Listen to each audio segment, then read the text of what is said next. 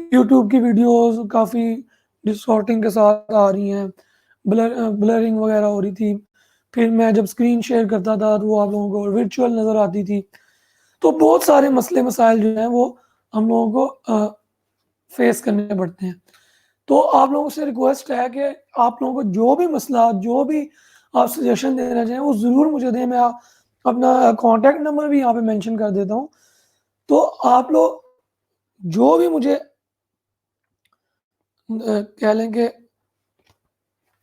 Feed back دینا چاہیں وہ آپ اس نمبر پہ مجھے دے سکتے ہیں، اگر آپ لوگ انونیمسلی دینا چاہتے ہیں۔ ادروائز آپ لوگوں کو کھلی اجازت ہے کہ آپ لوگ یہاں پہ کمنٹ پبلکلی کر دیں۔ مجھے بڑی خوشی ہوتی ہے کہ کوئی میری غلطی کو آئیڈینٹیفائی کرے اور پھر میں اس پر کہہ لیں کہ قابو پا سکوں اور پھر اس کو امپروو کر سکوں، میں اپنی اس مسٹیک کو ریکٹیفائی کر سکوں، ٹھیک ہے۔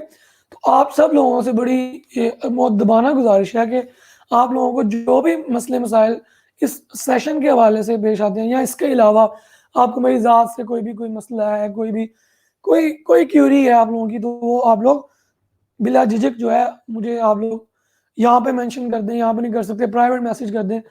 پرائیویٹ میسج فیس بک پہ نہیں کر سکتے، میں اپنا نمبر دے دوں گا تو وہاں پہ کر دیں، مجھے کال کر کے کہہ دیں، جو آپ کے دل میں ہے وہ آپ لوگ کہہ سکتے ہیں اینی ٹائم، جتنا کہہ سکے، جتنا آپ کہنا چاہتے ہیں، ٹھیک ہے۔ تو یہ بڑی میں چاہتا تھا کہ مجھے کافی لوگوں نے مجھے بتایا بھی ہے، کافی مسٹیکس تھیں جو انہوں نے مجھے بتائی ہیں، تو میں نے ان کا حل کرنے کی کوشش کی ہے۔ جیسے کہ یہ بک تھی تو میں اب جب لوگوں کو دکھاتا تھا تو وہ ایسے انورٹڈ نظر آتی تھی ایسے کر کے، تو وہ لوگ صحیح طرح سے دیکھ نہیں پاتے تھے، ٹھیک ہے۔ اسی طرح مجھے کل صبح نے مجھے بتایا کہ آپ لوگ اتنی سپیڈ سے پڑھ رہے ہوتے ہو کہ ایسے لگ رہا ہوتا ہے رٹا لگایا ہوا ہے بس جا رہا ہے 100 کی سپیڈ پہ، ٹھیک ہے۔ تو میں اس پہ بھی آج انشاءاللہ کوشش کروں گا کہ میں جو اپنی ریڈنگ سپیڈ ہے اس کو بہتر اور کوالٹی وائز اس کو اچھا کیا جائے، بے شک ہماری کوانٹٹی کم ہو جائے، نو پرابلم، ٹھیک ہے جی۔ تو یہ ریکویسٹ تھی آپ سب لوگوں سے، اس کو پلیز اس پر نظر ثانی کیجیے گا۔ تو چلتے ہیں جی آج کے ٹاپک کی طرف۔ پہلے میں آپ لوگوں کو ریکیپ دے دوں، کل ہم نے کیا پڑھا تھا۔ کل ہم نے پڑھا تھا ہاں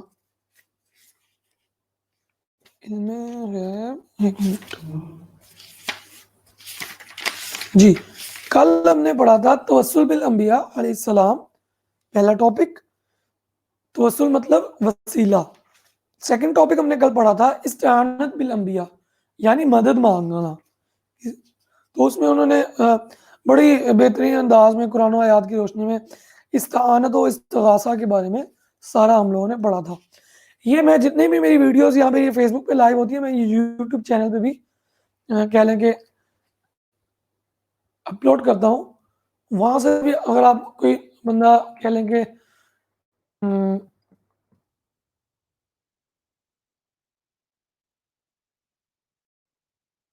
مس کر دیتا ہے ہمارا یہ سیشن، تو وہ وہاں پہ بھی کہہ لیں کہ دیکھ سکتا ہے جب چاہے۔ اسی طرح یہاں پہ یہ میں نے اپنے پیج پہ شیئر کی ہوتی ہے یہ جو ویڈیو ہے، تو آپ وہاں سے بھی دیکھ سکتے ہیں، ٹھیک ہے۔ تو اور بہت ساری آنے والے دنوں میں ویڈیوز آپ لوگوں کے ساتھ شیئر کرنے والا ہوں، تو وہ بھی آپ لوگ دیکھ سکتے ہیں۔ سوری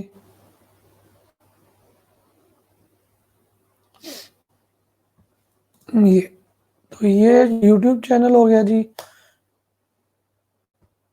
ٹھیک ہے جی۔ چلتے ہیں جی، ریڈنگ سٹارٹ کرتے ہیں۔ تو آج کا ہمارا ٹاپک ہے تبرک بالانبیاء۔ سٹارٹ کرتے ہیں جی، یہ آپ دیکھ بھی لیں یہ، ٹھیک ہے جی۔ تو سٹارٹ کرتے ہیں جی۔ تبرک بالانبیاء علیہ السلام کا مفہوم: اللہ وحدہ لا شریک تمام برکتوں کا حقیقی مالک اور مؤثر حقیقی ہے۔ اللہ رب العزت نے قرآن مجید میں انبیاء علیہ السلام سے منسوب اشیاء کی تعظیم کرنے کا حکم دیا ہے۔ انبیاء کرام علیہ السلام کی استعمال شدہ اشیاء سے تبرک حاصل کرنا خود سنت انبیاء علیہ السلام ہے۔ انبیاء کرام علیہ السلام کے علاوہ نیک مقرر بندوں سے منسوب اشیاء کی تعظیم کرنا بھی حکم قرآنی اور سنت انبیاء علیہ السلام ہے۔ یہی وجہ ہے کہ حضور نبی کریم صلی اللہ علیہ وآلہ وسلم کے آثار مبارکہ کو بطور تبرک محفوظ رکھنا اور ان سے برکت حاصل کرنا صحابہ کرام علیہ السلام اور تابعین کا معمول رہا ہے۔ ٹھیک ہو گیا جی، نیکسٹ چلتے ہیں جی، حکم شرعی، تبرک بالانبیاء کا حکم شرعی کیا ہے؟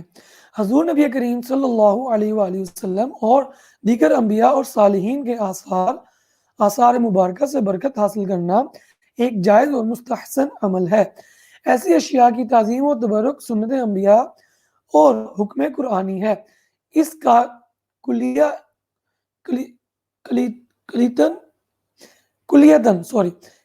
کلیتاً انکار آیات قرآنی، سینکڑوں احادیث اور صحابہ و تابعین کی کثیر معمولات کا کھلا انکار ہے۔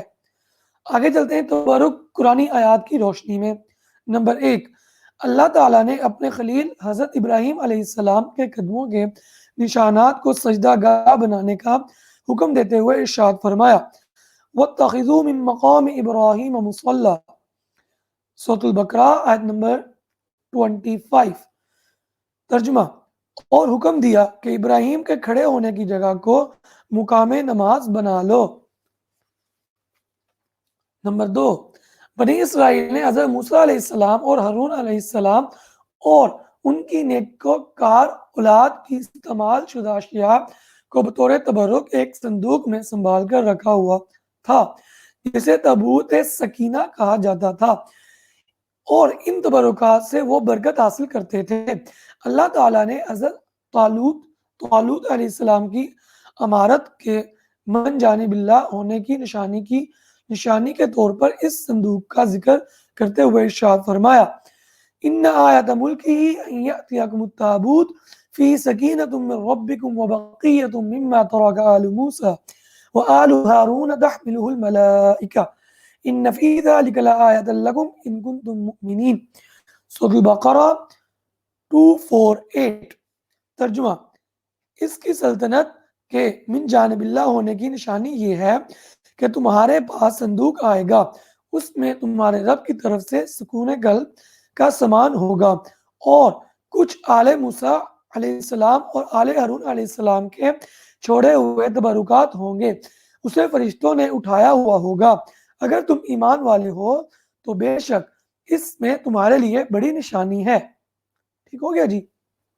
نمبر 3، حضرت اسماعیل علیہ السلام کی والدہ حضرت ہاجرہ علیہ السلام جن دو پہاڑوں صفا و مروہ کے درمیان پانی کی تلاش میں دوڑیں، اللہ تعالیٰ نے ان کے قدموں کی برکت سے ان پہاڑوں کو اپنی نشانیاں بنا لیا، جو قیامت تک لوگوں کے لیے حصول برکت کا ذریعہ ہے۔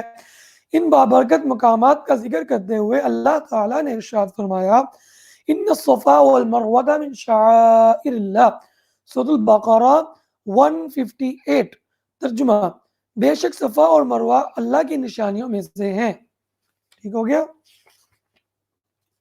نمبر 4، حضرت یوسف علیہ السلام نے اپنے والد گرامی کی آنکھوں کی بینائی کے لیے اپنی قمیض بھجوائی، جس کا تذکرہ قرآن مجید میں یوں فرماتا ہے، اذهبوا بقميصي هذا فالقوه على وجه أبيه يأتي بصيرا، سورۃ یوسف آیت نمبر 93۔ ترجمہ، یوسف علیہ السلام نے کہا، میرا یہ قمیض لے جاؤ سوائے اسے میرے باپ کے چہرے پر ڈال دینا، وہ بنا ہو جائیں گے۔ ٹھیک ہو گیا جی۔ نیکسٹ، جب قمیض کو لا کر سیدنا یعقوب علیہ السلام کے چہرے پر ڈالا گیا تو ان کی بینائی لوٹ آئی، جس کا ذکر اسی سورۃ یوسف کی آیت نمبر 96 میں ہوا ہے۔ آگے چلتے ہیں جی، تبرک بالنبی صلی اللہ علیہ وآلہ وسلم احادیث مبارکہ کی روشنی میں۔ اب یہ اسپیسیفکلی حضور نبی کریم صلی اللہ علیہ وسلم کی تبرکات کا ذکر کر رہے ہیں۔ نمبر 1، حضرت حضرت عروہ رضی اللہ تعالیٰ عنہ روایت کرتے ہیں کہ حضور نبی کریم صلی اللہ علیہ وسلم کے مبارک وضو کا پانی حاصل کرنے کے لیے بڑھ چڑھ کر کوشش کرنا صحابہ کرام کا معمول تھا۔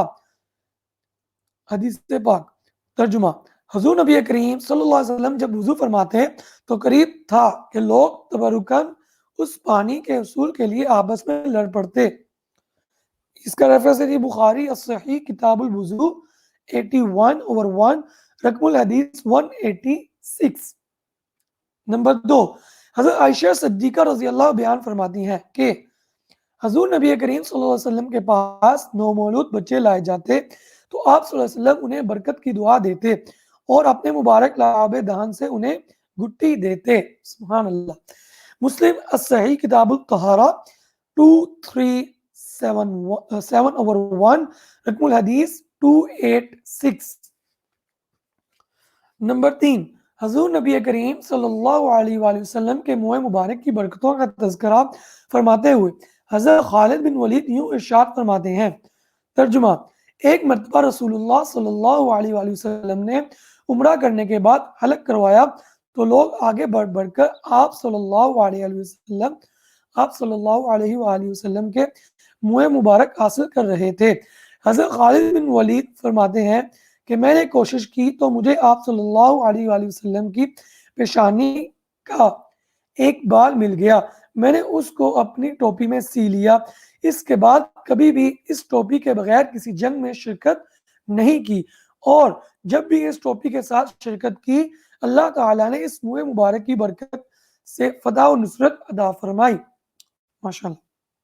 نمبر 4، حضور نبی کریم صلی اللہ علیہ وآلہ وسلم صحابہ کرام کو اپنے استعمال شدہ پانی سے تبرک حاصل کرنے کا خود حکم فرمایا کرتے تھے۔ حضرت ابو موسیٰ علیہ السلام رضی اللہ تعالیٰ عنہ سے روایت ہے کہ ترجمہ، حضور نبی کریم صلی اللہ علیہ وآلہ وسلم نے پانی کا ایک پیالہ منگوایا، بس اپنے ہاتھوں اور چہرہ اقدس کو اسی میں دھویا اور اسی میں کلی کی، پھر ان دونوں یعنی حضرت ابو موسیٰ اشعری اور حضرت ابو عامر اشعری رضی اللہ تعالیٰ سے فرمایا، اس میں سے پی لو اور اپنے چہروں اور سینوں پر بھی ڈال لو۔ ٹھیک ہو گیا جی۔ آیات و حدیث کا خلاصہ۔ نمبر 1، حضور نبی کریم صلی اللہ علیہ وسلم وہ جملہ انبیاء علیہ السلام اور اولیاء اللہ سے منسوب اشیاء سے برکت لینا قرآن و سنت سے ثابت ہے۔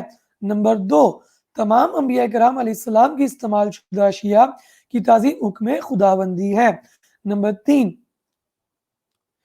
انبیاء کرام علیہ السلام سے منسوب اشیاء سے تبرک اور توسل سابقہ امتوں کا معمول تھا۔ نمبر 4، تمام تبرکات انبیاء و صلحاء کی برکت سے کامیابی اور شفا نصیب ہوتی ہے۔ نمبر 5، حضور نبی کریم صلی اللہ علیہ وسلم سے منسوب اشیاء سے برکت حاصل کرنا صحابہ کرام علیہ السلام کا معمول مبارک تھا۔ مزید تفصیل کے لیے شیخ الاسلام ڈاکٹر محمد طاہر القادری کی کتاب دست مصطفیٰ صلی اللہ علیہ وآلہ وسلم کے معجزات اور برکات مصطفیٰ صلی اللہ علیہ وآلہ وسلم کا مطالعہ کریں۔ جی تو آگے چلتے ہیں جی، نیکسٹ ٹاپک آ گیا جی ہمارا ایمان بالکتب، یعنی کتابوں پر ایمان۔ تعریف، حضرت آدم علیہ السلام سے لے کر حضور نبی کریم صلی اللہ علیہ وسلم کی بعثت تک جتنے بھی انبیاء کرام علیہ السلام مبعوث ہوئے، اللہ تعالیٰ نے ان میں سے بعض پر کتابیں اور بعض پر صحائف نازل فرمائے۔ ان تمام صحیفوں اور کتابوں کے منزل من اللہ یعنی اللہ تعالیٰ کی طرف سے نازل کردہ ہونے پر ایمان لانا ایمان بالکتب ہے۔ آگے چلیں جی، حکم شرعی، تمام آسمانی کتابوں اور صحائف کی منزل من اللہ ہونے کا عقیدہ رکھنا ضروری ہے۔ اس کا انکار آیات قرآنی کا انکار ہے جو کہ کفر ہے۔ سابقہ آسمانی کتب اور صحائف آج محفوظ نہیں ہیں، ان میں تحریف ہو چکی ہے، جبکہ قرآن مجید میں ہر قسم کی تحریف اور کمیوں بیشی سے محفوظ کتاب ہے۔ اس کی حفاظت کا ذمہ اللہ تعالیٰ نے خود لیا ہے، اس لیے تا قیامت یہ کتاب محفوظ رہے گی۔ قرآن مجید کے لفظاً اور معناً منزل من اللہ ہونے اور ہمیشہ محفوظ رہنے کا عقیدہ رکھنا ہر مومن کے لیے لازم ہے۔ ایمان بالکتب قرآنی آیات کی روشنی میں، نمبر 1، اللہ تعالیٰ نے اہل ایمان کو قرآن مجید کے ساتھ ساتھ سابقہ آسمانی کتب پر بھی ایمان لانے کا حکم دیتے ہوئے ارشاد فرمایا، یا ایھا الذین آمنوا آمنوا باللہ ورسولہ والکتاب الذی نزل علی رسولہ والکتاب الذی انزل من قبل۔ ترجمہ عرفان القرآن، یہ سورۃ النساء کی آیت نمبر 136 ہے۔ اے ایمان والو، تم اللہ پر اور اس کے رسول صلی اللہ علیہ وسلم پر اور اس کی کتاب پر جو اس نے اپنے رسول اللہ صلی اللہ علیہ وسلم پر نازل فرمائی ہے، اور ہر اس کتاب پر جو اس نے اس سے پہلے اتاری تھی ایمان لاؤ۔ نمبر 2، اللہ تعالیٰ نے قرآن مجید میں دیگر انبیاء علیہ السلام پر نازل ہونے والی کتب اور صحائف پر ایمان لانے کا ذکر کرتے ہوئے ارشاد فرمایا، قولوا آمنا باللہ وما انزل الینا وما انزل الی ابراہیم واسماعیل واسحاق ویعقوب والاسباط وما اوتی موسیٰ وعیسیٰ وما اوتی النبیون من ربهم لا نفرق بین احد منہم ونحن له مسلمون۔ سورۃ البقرہ آیت نمبر 136۔ ترجمہ عرفان القرآن، اے مسلمانوں، تم کہہ دو ہم اللہ پر ایمان لائے اور اس کتاب پر جو ہماری طرف اتاری گئی، اور اس پر بھی جو ابراہیم علیہ السلام اور اسماعیل علیہ السلام اور اسحاق علیہ السلام اور یعقوب علیہ السلام اور ان کی اولاد کی طرف اتاری گئی، اور ان کتابوں پر بھی جو موسیٰ اور عیسیٰ علیہ السلام کو عطا کی گئیں، اور اسی طرح جو دوسرے انبیاء علیہ السلام کو ان کے رب کی طرف سے عطا کی گئیں، ہم ان میں سے کسی ایک پر بھی ایمان میں فرق نہیں کرتے، اور ہم اسی معبود واحد کے فرما بردار رہیں۔ 4 آسمانی کتب کا ذکر قرآن مجید میں ان الفاظ کے ساتھ ہے۔ 4 آسمانی کتب کا ذکر قرآن مجید میں ان الفاظ کے ساتھ ہے۔ وَآتَيْنَا دَاوُودَ زَبُورًا، سورۃ النساء آیت نمبر 123۔ اور ہم نے داؤد علیہ السلام کو زبور عطا کی تھی۔ نمبر 2، اِنَّا أَنزَلْنَا التَّوْرَاةَ فِيهَا هُدًى وَنُورٌ، سورۃ المائدہ آیت نمبر 44۔ بے شک ہم نے تورات نازل فرمائی جس میں ہدایت اور نور تھا۔ نمبر 3، وَآتَيْنَاهُ الْإِنْجِيلَ فِيهِ هُدًى وَنُورٌ، سورۃ المائدہ آیت نمبر 46۔ اور ہم نے حضرت عیسیٰ علیہ السلام کو انجیل عطا کی جس میں ہدایت اور نور تھا۔ نمبر 4، شہر رمضان الذی انزل فیہ القرآن ھدی للناس وبینات من الہدی والفرقان، سورۃ البقرہ آیت نمبر 185۔ ترجمہ، رمضان کا مہینہ وہ ہے جس میں قرآن اتارا گیا ہے جو لوگوں کے لیے ہدایت ہے اور جس میں رہنمائی کرنے والی اور حق و باطل میں امتیاز کرنے والی واضح نشانیاں ہیں۔ ٹھیک ہو گیا۔ اگلا ٹاپک ہے سابقہ کتب میں تحریف۔ قرآن مجید کے علاوہ باقی تمام کتب سماوی میں صاحب کتاب نبی کے وصال کے بعد ان قوم کے لوگ لفظی اور معنوی دونوں طرح کی تبدیلیاں کرتے رہے۔ یہی وجہ ہے کہ آج قرآن مجید کے علاوہ کوئی بھی کتاب اپنی اصلی حالت میں موجود نہیں ہے۔ ان کتب میں لوگوں کی طرف سے کی گئی تبدیلی کا ذکر قرآن مجید میں اس طرح کیا گیا ہے، یحرفون الکلم عن مواضعہ، سورۃ المائدہ آیت نمبر 13۔ وہ لوگ کتاب الہی کے کلمات کو ان کے صحیح مقامات سے بدل دیتے ہیں۔ اگر سپیڈ تیز ہے تو پلیز کمنٹ کر دیں، میں انشاءاللہ سپیڈ کو سلو کر دوں گا۔ یہی وجہ ہے کہ آج ان کتابوں کے جتنے نسخے موجود ہیں ان کے باہمی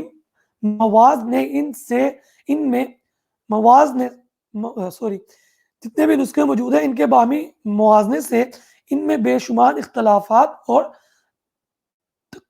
تضادات سامنے آتے ہیں۔ اعجاز قرآن، اسپیسیفکلی قرآن کی جو کہہ لیں کہ عظمت ہے وہ بیان کر رہے ہیں۔ قرآن مجید کے بے شمار معجزات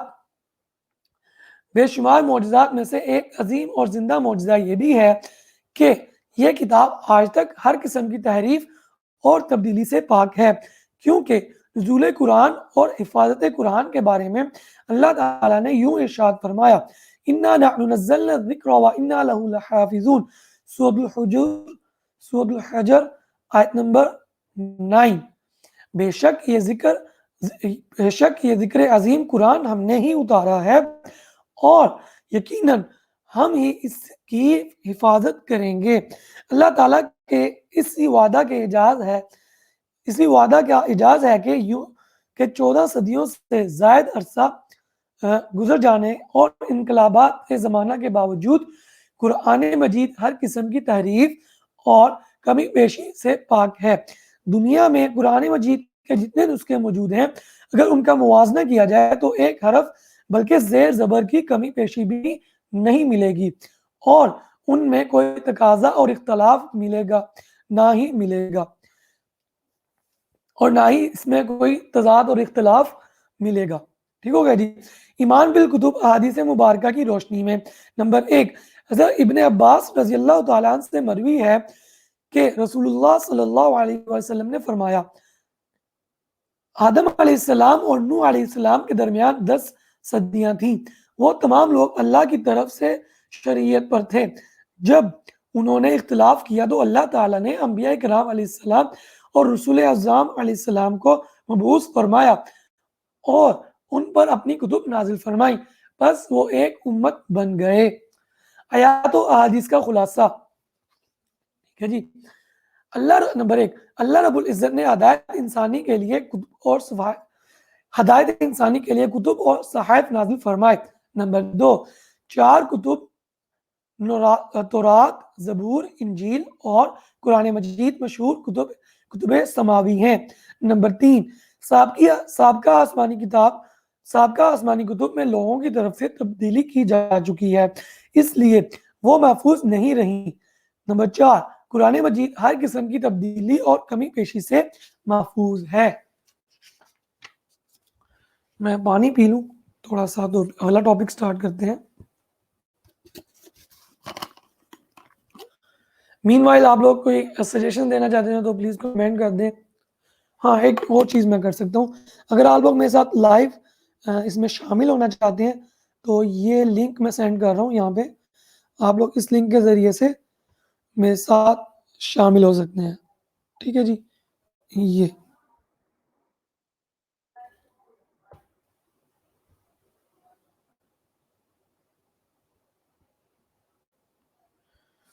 آپ لوگ اس لنک کے ساتھ میرے ساتھ شامل بھی ہو سکتے ہیں اس لائیو ویڈیو میں. میں آپ لوگوں کو انٹر کر دوں گا.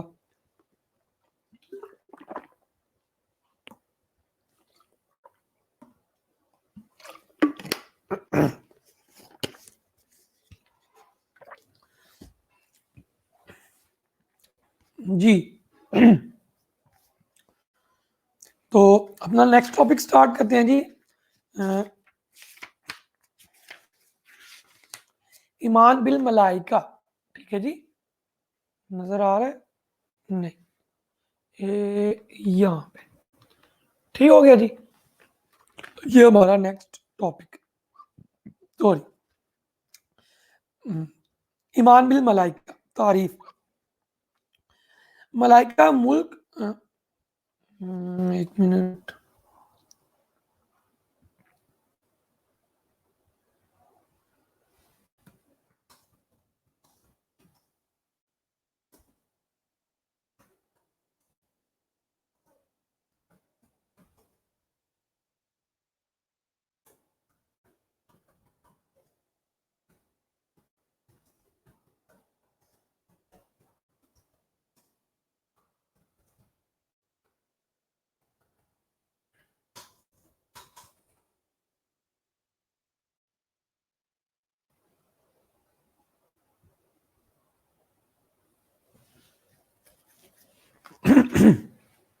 جی تو ایمان بالملائکہ تعریف ہے جی. ملائکہ ملک فرشتہ کی جمع ہے. ملک ہے ملک ہوتے ہیں ویسے جہاں تک میں نے پڑھا, فرشتہ کی جمع ہے. فرشتے ایک لطیف اور نورانی مخلوق ہیں. قرآن مجید کے مطابق حضرت آدم علیہ السلام کی تخلیق سے پہلے بھی ملائکہ موجود تھے. عام انسان انہیں نہیں دیکھ سکتے. اللہ رب العزت نے تمام فرشتوں کو الگ الگ ذمہ داریاں عطا کر رکھی ہیں اور وہ اپنی ذمہ داری میں بھی کبھی کوتاہی نہیں کرتے. فرشتوں کی صحیح تعداد اللہ تعالیٰ ہی جانتا ہے. ارشاد باری تعالیٰ ہے وَمَا يَعْلَمُ جُنُودَ رَبِّكَ إِلَّا هُ, سورۃ المدثر آیت نمبر 31. اور آپ کے رب کے لشکروں فرشتوں کو اس کے سوا کوئی نہیں جانتا. ٹھیک ہو گیا جی. آگے چلتے ہیں. حقیقت کے بارے میں ایک متفقہ قول بیان فرماتے ہیں. بیضاوی التفسیر 81 and 81. اس کی عربی ہے, میں عربی اسکرپٹ بھی پڑھ دیتا ہوں، سوری لائن. فذهبت ثار المسلمین إلى أنها أجسام لطيفة قادرة على التشكل بأشكال مختلفة. ترجمہ: پس جمہور مسلمانوں کے مطابق ملائکہ وہ لطیف نورانی اجسام ہیں جنہیں اپنی لطافت و نورانیت کے باعث مختلف شکلیں بدلنے پر قدرت حاصل ہوتی ہے. عقیدہ. اب اس کے بارے میں ہمارا عقیدہ کیا ہونا چاہیے؟ فرشتے اللہ رب العزت کی برگزیدہ نوری مخلوق ہیں، احکام الہی کی تعمیل کے پابند ہیں. اللہ رب العزت نے انہیں بہت قوتیں اور اختیارات عطا فرما رکھے ہیں. ان پر ایمان لانا اسلام کے بنیادی عقائد میں سے ہے. 4 فرشتے اللہ تعالیٰ کے برگزیدہ ہیں، انہیں تمام ملائکہ پر فضیلت حاصل ہے. نمبر 1 حضرت جبرائیل علیہ السلام. نمبر 2 حضرت میکائیل علیہ السلام. نمبر 3 حضرت اسرافیل علیہ السلام. نمبر 4 حضرت اسرائیل علیہ السلام. حکم شرعی: اللہ تعالیٰ کے تمام فرشتوں پر ایمان رکھنا ضروری ہے، جبکہ ان کے وجود کا انکار کرنا کفر ہے. ملائکہ قرآن آیات کی روشنی میں. نمبر 1 اللہ تعالیٰ نے فرشتوں پر ایمان کو نیکی قرار دیتے ہوئے ارشاد فرمایا: لَيْسَ الْبِرُّ أَن تُوَلُّوا وُجُوهَكُمْ قِبَلَ الْمَشْرِقِ وَالْمَغْرِبِ وَلَكِنَّ الْبِرَّ مَنْ آمَنَ بِاللَّهِ وَالْيَوْمِ الْآخِرِ وَالْمَلَائِكَةِ وَالْكِتَابِ وَالنَّبِيِّينَ. سورۃ البقرہ آیت نمبر 177. نیکی صرف یہی نہیں کہ تم اپنے چہرے مشرق اور مغرب کی طرف پھیر لو، بلکہ اصل نیکی تو یہ ہے کہ کوئی شخص اللہ پر اور قیامت کے دن پر اور فرشتوں پر اور اللہ کی کتاب پر اور پیغمبروں پر ایمان لائے. ٹھیک ہو گیا جی. نمبر 2 ملائکہ کی حید اور مختلف ذمہ داریوں کا ذکر فرماتے ہوئے اللہ رب العزت نے متعدد مقامات پر تذکرہ فرمایا: بل عباد مکرمون. ترجمہ: بلکہ جن فرشتوں کو یہ اس کی اولاد سمجھتے ہیں وہ اللہ کے معزز بندے ہیں. سورۃ الانبیاء آیت نمبر 26. آگے چلیں جی. نمبر 3 ان اللہ و ملائکتہ یصلون علی النبی یا ایھا الذین آمنوا صلوا علیہ وسلموا تسلیما. سورۃ الاحزاب آیت نمبر 56. بے شک اللہ اور اس کے سب فرشتے نبی مکرم پر درود بھیجتے رہتے ہیں. اے ایمان والو تم بھی ان پر درود بھیجا کرو اور خوب سلام بھیجا کرو. نمبر 4 لا یعصون اللہ ما امرہم ویفعلون ما یؤمرون. سورۃ التحریم آیت نمبر 6. ترجمہ: ملائکہ کسی بھی امر میں جس کا اللہ نے انہیں حکم دیتا ہے اللہ کی نافرمانی نہیں کرتے اور وہی کام انجام دیتے ہیں جس کا انہیں حکم دیا جاتا ہے. مجھے دے دے.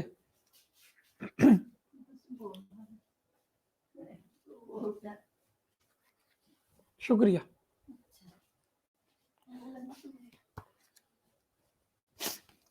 جی ملائکہ حدیث مبارکہ کی روشنی میں. حضرت عائشہ صدیقہ رضی اللہ تعالیٰ عنہ سے مروی ہے کہ رسول اللہ صلی اللہ علیہ وآلہ وسلم نے فرمایا: مسلم الصحیح کتاب الزہد 2294 رقم الحدیث 2996. ترجمہ: فرشتوں کو نور سے پیدا کیا گیا، جنات کو شعلہ زن آگ سے پیدا کیا گیا اور آدم کو اس شے سے پیدا کیا گیا جس کی صفت اللہ تعالیٰ نے تمہیں بیان فرمائی ہے، یعنی خاک سے. نمبر 2 حضرت عمر بن خطاب رضی اللہ تعالیٰ عنہ سے روایت کرتے ہیں کہ ایک روز ہم حضور نبی کریم صلی اللہ علیہ وسلم کی خدمت میں حاضر تھے. اچانک ایک شخص ہماری محفل میں آیا. اس کے کپڑے نہایت سفید، بال گہرے سیاہ تھے. اس پر سفر کے کچھ بھی اثرات نمایاں نہ تھے اور ہم میں سے کوئی اسے پہچانتا بھی نہیں تھا. بالآخر وہ شخص حضور نبی کریم صلی اللہ علیہ وسلم کے سامنے بیٹھ گیا.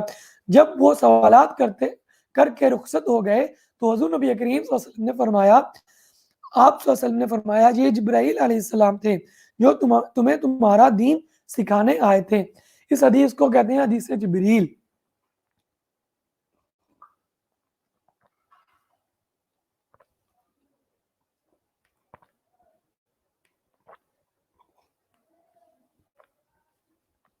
ماں ہو تو ایسی ہونی چاہیے.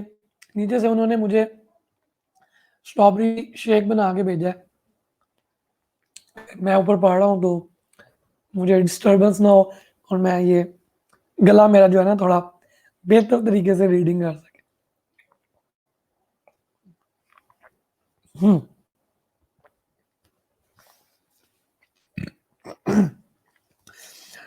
آیات و احادیث کا خلاصہ.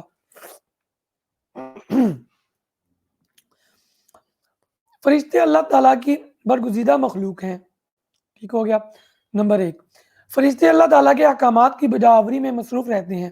نمبر 3، فرشتے نورانی اور لطیف مخلوق ہیں جنہیں عام انسانی آنکھ نہیں دیکھ سکتی. نمبر 4، فرشتوں کو مختلف شکلیں بدلنے پر قدرت حاصل ہے. نمبر 5، حضور صلی اللہ علیہ وسلم پر درود و سلام بھیجنا جہاں اللہ تعالیٰ کی سنت ہے وہاں ملائکہ کی ڈیوٹی بھی ہے. ٹھیک ہو گیا جی.